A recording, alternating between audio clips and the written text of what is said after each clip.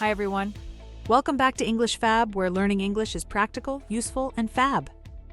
Today we're going to dive into the topic of shape and form, a key part of describing objects, designs, and even ideas. Many learners find it challenging to know when to use terms like round, square, or spiral, and how to describe shapes in the right context. In this lesson, we'll cover a natural conversation, key phrases, useful vocabulary, and practical tips to help you express yourself confidently when talking about shapes. We'll explore different shapes and how to talk about them in real-life situations, so you'll be ready to use them naturally in your conversations. If you find English difficult, don't worry. You can translate the subtitles into English in your own language like this. Check the description below for extra details. Are you ready? Let's get started.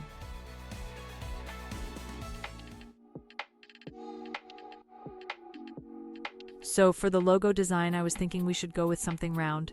It feels approachable and friendly. I like that idea. A round shape often conveys a sense of unity and wholeness. But what about something more angular, like a square? It's clean and strong. True, squares do have a strong, solid presence. But I think a square might come across as a bit rigid. What if we use a more flexible form like an oval? It's still clean but softer. I see what you mean. Oval can feel more dynamic. But what about something with a bit more structure, like a rectangular shape? It gives a sense of stability and order. Rectangular could work, but I'm also considering something a little more creative, like a spiral. It could symbolize growth and movement. What do you think?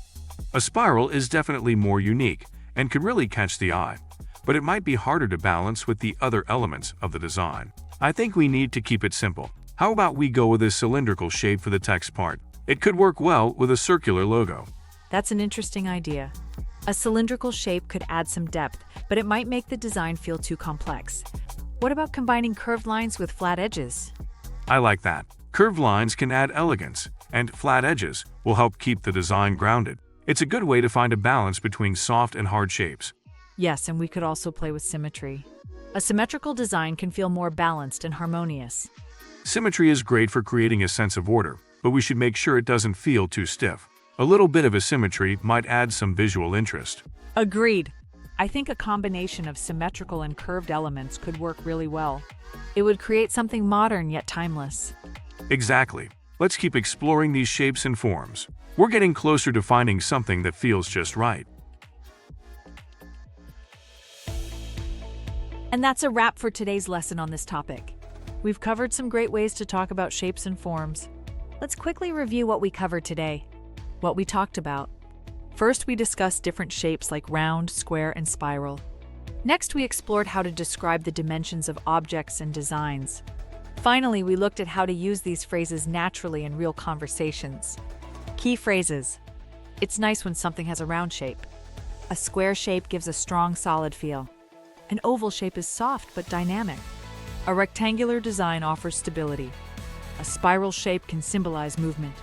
Let's look for a more compact shape. A cylindrical form adds depth to the design.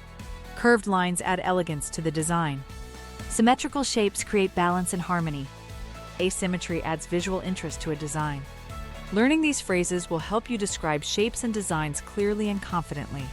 The more you practice, the more naturally these phrases will come to you in conversations. Keep practicing these shapes and forms in your daily English, and you'll soon feel more comfortable using them in real situations. Okay, thanks for watching today's lesson on English Fab. I hope you found these English tips useful and feel more confident. Remember, practice makes perfect, so try using these phrases in your daily conversations.